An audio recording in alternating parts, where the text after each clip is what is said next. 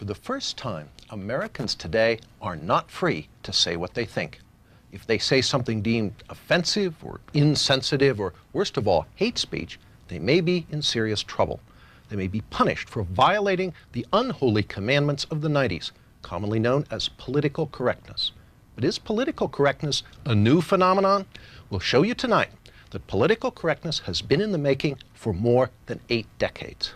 And it seems that a deteriorating society is exactly what political correctness strives for. But just what is political correctness? As you're about to see, political correctness is nothing less than a Marxist ideology. Marxism translated from economic into cultural terms in an effort going back not to the 1960s, but to World War I. Marxist theory had predicted that if war came to Europe, the working class in every European country would rise in revolt. But that theory proved wrong. When the First World War began in 1914, the workers' loyalty to their country proved stronger than their so-called class consciousness. They willingly put on their uniforms, French or German, Austrian or Russian or British, and marched off by the millions to fight each other. In 1917, a Marxist revolution did occur in Russia, but it failed to spread to Western Europe, again contradicting orthodox Marxist theory. At the war's end, Marxist theorists had to confront the question, what had gone wrong? Antonio Gramsci in Italy and Georg Lukács in Hungary believed they had the answer. Gramsci and Lukács argued that Western culture had blinded the working class to its true Marxist class interests. Before a Marxist revolution could take place, Western culture had to be destroyed. In 1919, Lukács, who was considered the most brilliant Marxist theorist since Marx himself, asked, "Who will save us from Western civilization?" That same year, 1919, Lukács became Deputy Commissar for Culture in the Bolshevik Bela Kun government in Hungary, where he launched a program of cultural terrorism. As part of that program, Lukács introduced a radical sex education program into the Hungarian schools. Political correctness, as we know it, was already beginning to take form. He tried to actually undermine the unity of the family, and that was one of the reasons that he tried to introduce sex education. Laszlo Pastor, a leader in the Hungarian resistance against the communist takeover of Hungary after World War II, explains why children were targeted. It's always much tougher to convert an adult, to do something what he was taught not to do. The program left great residual effects on Hungary. The only thing what we were permitted to accept as far as culture is concerned, what they were teaching, that was it. Free thinking was a very big sin. The Bela Kun government lasted only a few months, in part because the Hungarian working class was outraged by Georg Lukács' assault on traditional Western culture.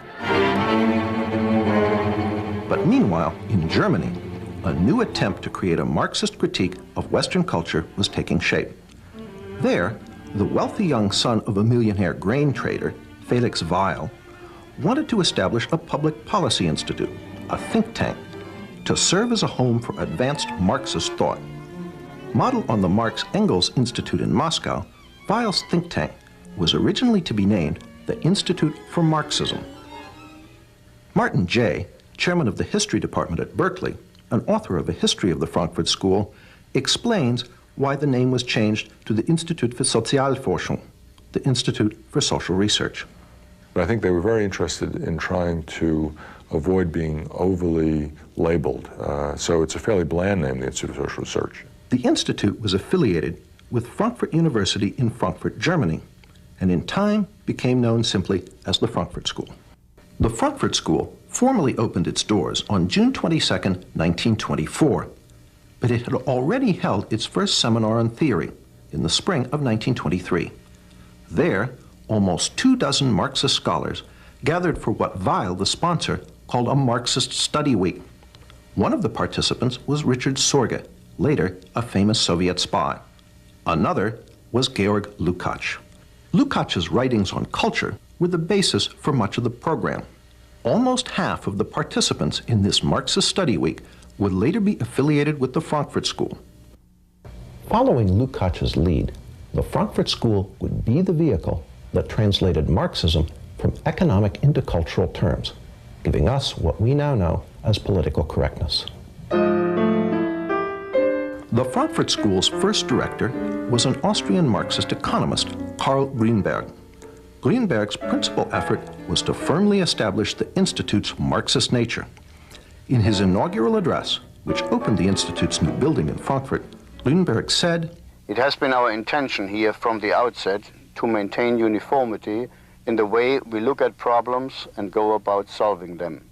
I too am one of the opponents of the economic, social and legal order which has been handed down to us from history, and I too am one of the supporters of Marxism. In the new research institute, Marxism will from now on have a home." Under Karl Grünberg, the Frankfurt School worked mostly on economic questions and the labor movement, conventional Marxist subjects. But in 1930, Grünberg was replaced as director by a young Marxist intellectual with very different ideas, Max Horkheimer. Horkheimer quickly began to use the Institute to develop a new Marxism, very different from the Marxism of the Soviet Union. First, recognizing the economic success of capitalism, Horkheimer announced that revolution was unlikely to come from the working class. The Frankfurt School would have to find a substitute. Well, this was the great question. The great question is there a surrogate for the working class? The Frankfurt School would not find an answer to this question until the 1960s. But meanwhile, Horkheimer moved to revive Lukács's work by making the culture, not the economy, the central focus of the Frankfurt School's work. As Martin J. writes in his History of the Frankfurt School, The Dialectical Imagination, if it can be said that in the early years of its history, the Institute concerned itself primarily with an analysis of bourgeois society's socio-economic substructure, in the years after 1930, its prime interest lay in its cultural superstructure. Indeed, the traditional Marxist formula regarding the relationship between the two was called into question. The key to the Frankfurt School's work on culture was the crossing of Marx with Freud. Just as classical economic Marxism argued that under capitalism the working class was oppressed, so the Frankfurt School used Freud to argue that under Western culture everyone lived in a constant state of psychological repression. So there were radical Freudians during this period who had hopes of using psychoanalysis to end what Reich had called sexual alienation, which they saw as significant as economic alienation. The solution, according to the Frankfurt School, was not just a political revolution to overthrow capitalism, but a social and cultural revolution as well. To further the Institute's work on cultural issues, Horkheimer brought in some new blood.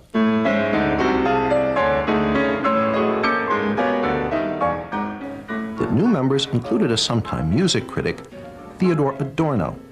Martin J. sees this addition as critical. Well, Adorno was perhaps the most fecund and, I think, brilliant of all the members of the Frankfurt School. Another new member was Erich Fromm. Fromm, a practicing psychoanalyst, was noted for his radical Marxist social psychology. He pioneered the concept of sexual liberation and gender politics.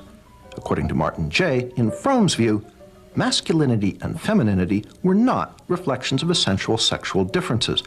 They were derived instead from differences in life functions, which were in part socially determined. Another piece of political correctness was falling into place. In 1932, Herbert Marcuse became a member of the Institute for Social Research. Marcuse would ultimately become the most important member of the Frankfurt School for the development of political correctness. In the 1950s and 60s, Marcuse would complete the translation of Marxism into cultural terms and inject it into the New Left. Martin J. sums it up. In which Marcuse in the United States represented the most radical inclinations of the school, in a sense continuing the work they had done in the 1920s and into the 30s, a work that was inspired by Marxist Hegelian philosophy, very interested in the crisis both of capitalism and liberal democracy, trying to find alternatives to the working class. As we've seen, the Frankfurt School, Marxist in origin, wanted to create a cultural revolution against Western society. And in the 1930s, they took their important first step. In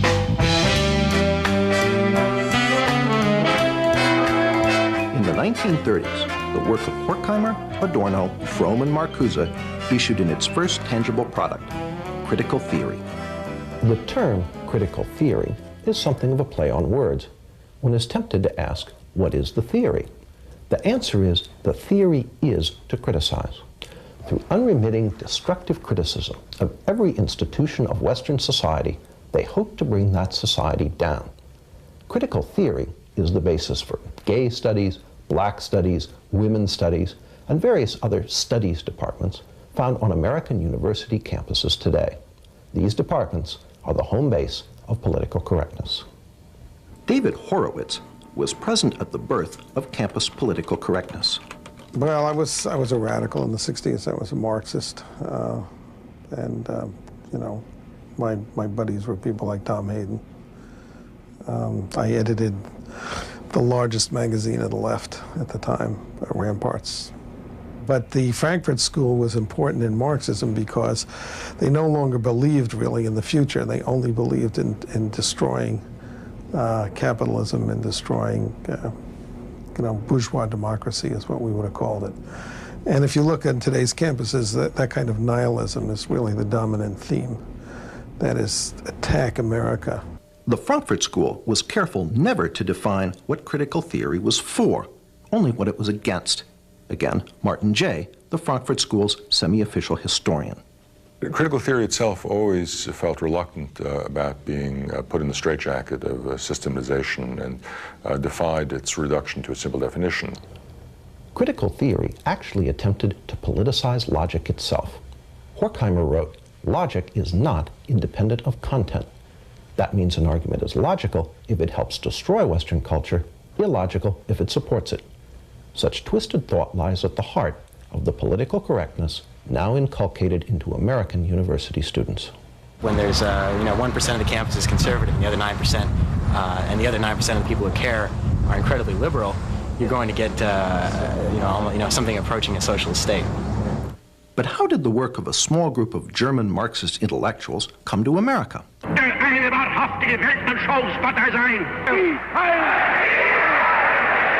1933, when the Nazis came to power in Germany, the Institute for Social Research fled.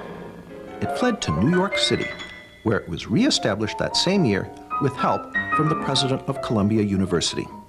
Once in America, the Frankfurt School gradually shifted the focus of its work from destroying German society and culture to attacking the society and culture of its new place of refuge.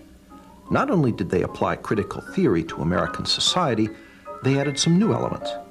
One was the Institute's so-called Studies in Prejudice, which culminated in 1950 in Theodore Adorno's immensely influential book, The Authoritarian Personality. In it, Adorno argued that the American people possessed many fascist traits, and that anyone who supported traditional American culture was psychologically unbalanced.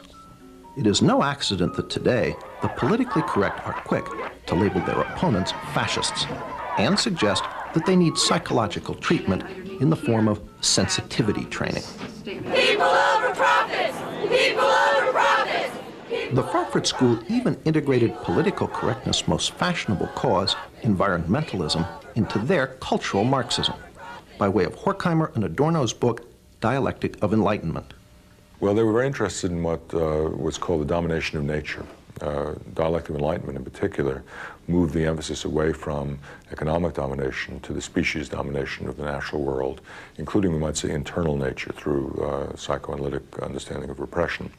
So they were very keen on recognizing that we needed to have a more nurturant and a more, let's say, balanced relation between humankind and the natural world.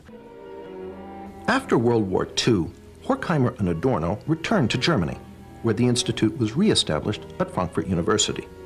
But not all the old members of the Institute returned. Fatefully, Herbert Marcuse remained in America, eventually becoming a professor at Brandeis and University of California, San Diego. Marcuse labored to finish the intellectual work begun by Horkheimer, Adorno, and Fromm in the 1930s. Marcuse, on the other hand, remained in the United States, and during the 50s and 60s developed some of their earlier ideas, merging Freud and Marx, interested in aesthetics and interested in cultural, let's say, tendencies towards what he would call negation, which were usable in a campaign to call into question the what Antonio Gramsci would have called hegemony of capitalist bourgeois culture. And Marcuse became, of course, the so-called guru of the New Left. It was Marcuse who finally answered the question posed by Horkheimer in the early 30s. Who could substitute for the working class as an agent of revolution? So you had to find some new constituency, whether it was students or blacks or women or gays or whatever it was. And Marcuse had a fluid Marxism that fit into this. Martin Jay confirms the role of the Frankfurt School in creating the victim groups that constitute the politically correct coalition. But the working class wouldn't play the hegemonic role that traditional Marxism had expected from it. And so students, blacks, other minority groups, women, and so forth were, they hoped at least, able to come together. Of critical importance for the injection of the Frankfurt School's work into the student rebellion of the 1960s was Marcuse's revival of Fromm's notion of sexual liberation. Marcuse, however, was the main conduit of ideas. But Marcuse had written one important work in the 1950s called Eros and Civilization, a work which attempted to rub Freud against the grain and come out with a radical, even utopian reading of psychoanalysis. And that, combined with Norman O'Brown's Life Against Death, had a great impact on the counterculture and on emphasizing a libidinal element. Marcuse's Eros and Civilization condemned all restrictions on sexual behavior, calling instead for polymorphous perversity. Instead, it argues that at certain early developmental levels of the human psyche, there was a potential for sexual expression, sexual pleasure, which had not yet been organized into the restricted notions of heterosexual sexuality, and that these had some sort of capacity to be reinvigorated. Polymorphous perversity helped open the door to aspects of political correctness, such as gay liberation. This is his idea of what human society, a good human society, should be based on, was a certain kind of polymorphous perversity and narcissism, which by liberating non-procreative eros, was his term, we would find great enlightenment and great happiness. This was supposed to be the key to utopia. David Horowitz ties Eros and Civilization directly into the 60s rebellion he was part of. Marxism is a bankrupt creed and was bankrupt by the 50s or earlier. People understood it didn't work. There was no working class that was going to make a revolution. Capitalism, people were happy with capitalism, basically because it makes, it's spread more money to more people than any other system in history. So they tried to find other sources of revolutionary energy. And one was the idea of sexual repression of the 60s. I mean, it was a way of, and people always think up complicated theories to, do what they want to do. People wanted to do a lot in the 60s, so Herbert Marcuse, gave them the intellectual justification for having a lot of sex with a lot of people, a lot of the time. That's what Eros and Civilization, that's the title of his famous book on it, is about. Marcuse is also the source of one of political correctness's most notable characteristics, its total intolerance for any viewpoint but its own. Marcuse argued that our free American society was actually a deception, that its true tolerance is somehow repressive, while he argued for something called liberating tolerance. And what he meant by that was liberating toleration or liberating tolerance meant intolerance from ideas and movements from the right and tolerance for any ideas from the left. It's a recipe for repression. Even Martin Jay, a great admirer of the Frankfurt School, admits the totalitarian aspect of Marcuse. Perhaps his most significant essay in terms of impact, the one we haven't even mentioned, an essay on repressive tolerance, written in the late 60s, which argued that because the tolerance of different beliefs produced no action at all, because every belief seemed to be equal to all others, and racist and neo-fascist and militarist beliefs were given equal weight to those that were pacifist and emancipatory. This led ultimately to the problems of political correctness and incorrectness in the 1980s. That is to say, if you had a strong notion of who was politically correct, you could then be intolerant of those who weren't.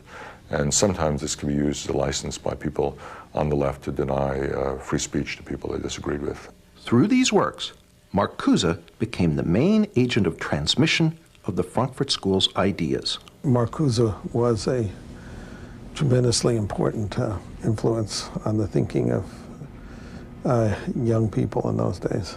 He was one of the spiritual fathers of the movement. And through Marcuse, the New Left found the rest of the Frankfurt School.